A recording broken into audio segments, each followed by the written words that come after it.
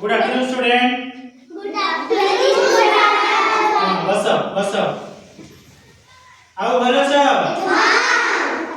केबे डंगा देखिछ बिले डंगा देखिछ ताहले डंगा कार्तिक पूर्णिमा जो डंगा बसौ छ पानी रे बुडे ना भासे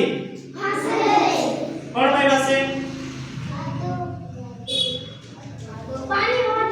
बुडी को जदी हमें पानी रे पिंगी देला ताले भासिबो ना बुडीबो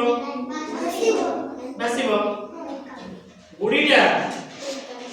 पत्थरटा बुडी जीवो ना आ डंगाटा भासुची कोन भाई काहे कि ना पानी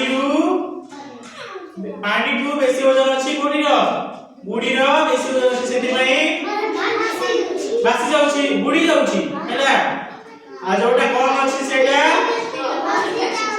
भासे हैला तो आज कोन करे किए भासे किए बुडे हैला एटा कोन चिने बड़ा बड़े काठरडा नै कि एटा फासी मारा बुडीबो নাই মানে কোন ফাসিবো না বুড়িবো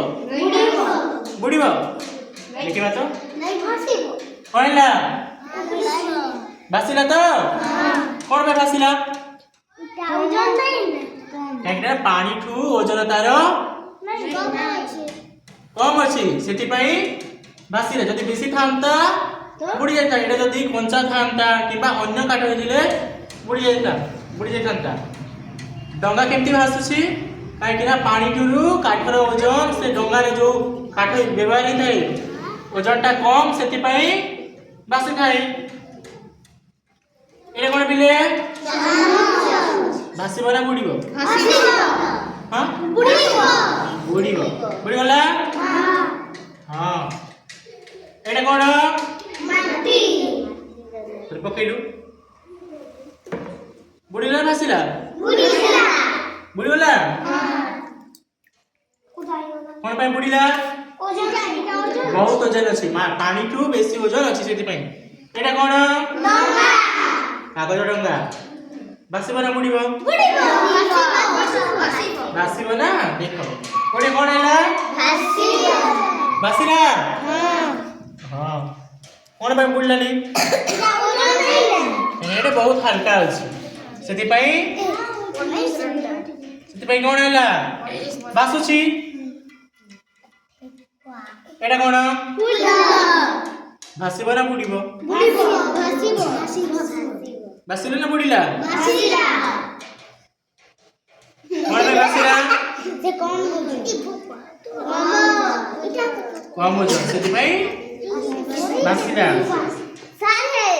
ଏଟା କଣ ରବର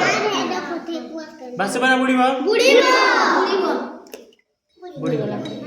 एटा कोन प्लास्टिक रो भासिबो ना बुडीबो भासिबो परीक्षा करबा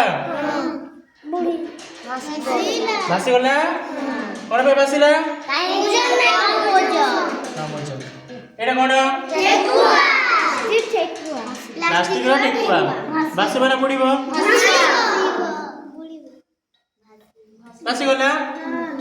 तमे माने जदी डेगौछ पानी रे डेउछ तो भासुछ ना बुडुछ बुडी जीव तमे निज प्रश्वास बल रे कोन होछ भासुछ माने पवरुछ हैला भासीबा माने पानी ऊपर जोटा रहि जाउछ सेटा को जे भासीबा बुडीबा माने जे बुडी जाए एटा कोन बुडी छोट पत्थरटे भासीबो ना बुडीबो भासीबो बुडीबो एटा कोन बुडी गला एटा कोन गोटे प्लास्टिक डब्बा रे आधा तेल अछि भासीबो ना बुडीबो हां बुडीबो भासीबो एटा लास्ट परीक्षा करबा हैला बुडीबो एटा कोन पत्र को पत्र गछर पत्र भासिबो ना बुडीबो भासिला ठीक अछि एटा कोन ଭାସିବ ନା ବୁଡ଼ିବ?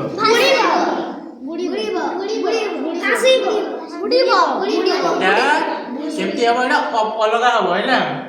ଫାଷ୍ଟ କଣ ହେଲା ଭାସିଲା ତାପରେ ବୁଡ଼ିଗଲା କଣ ପାଇଁ ପ୍ରଥମେ ଭାସିଲା ପରେ ବୁଡ଼ିଗଲା ପାଣିକୁ ଇଏ ପିଇ ଦେଲା ପିଇଲା ପରେ କଣ ହେଲା ଓଜନ ହେଇଗଲା ତ କଣ ହେଲା ଭାସିଗଲା ଠିକ ଅଛି ଏଟା କଣ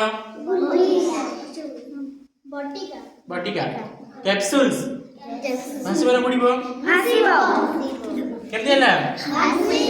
ଭାସିଲା ଗୁଡ୍ ଏ ବୋତଲ ଆମେ କହିଥିଲୁ ଶେଷ ଥରକୁ ଆମେ ଏଇଟା ଦେଖିବୁ ବୋଲି ଏଇଟା କଣ ତେଲ ଶିଶି ପ୍ଲାଷ୍ଟିକ ଶିଶିଟା ନାଇଁ କି ବୋତଲଟା ଭାସିବ ନା ବୁଡ଼ିବ ଭାସିଲା ଠିକ ଅଛି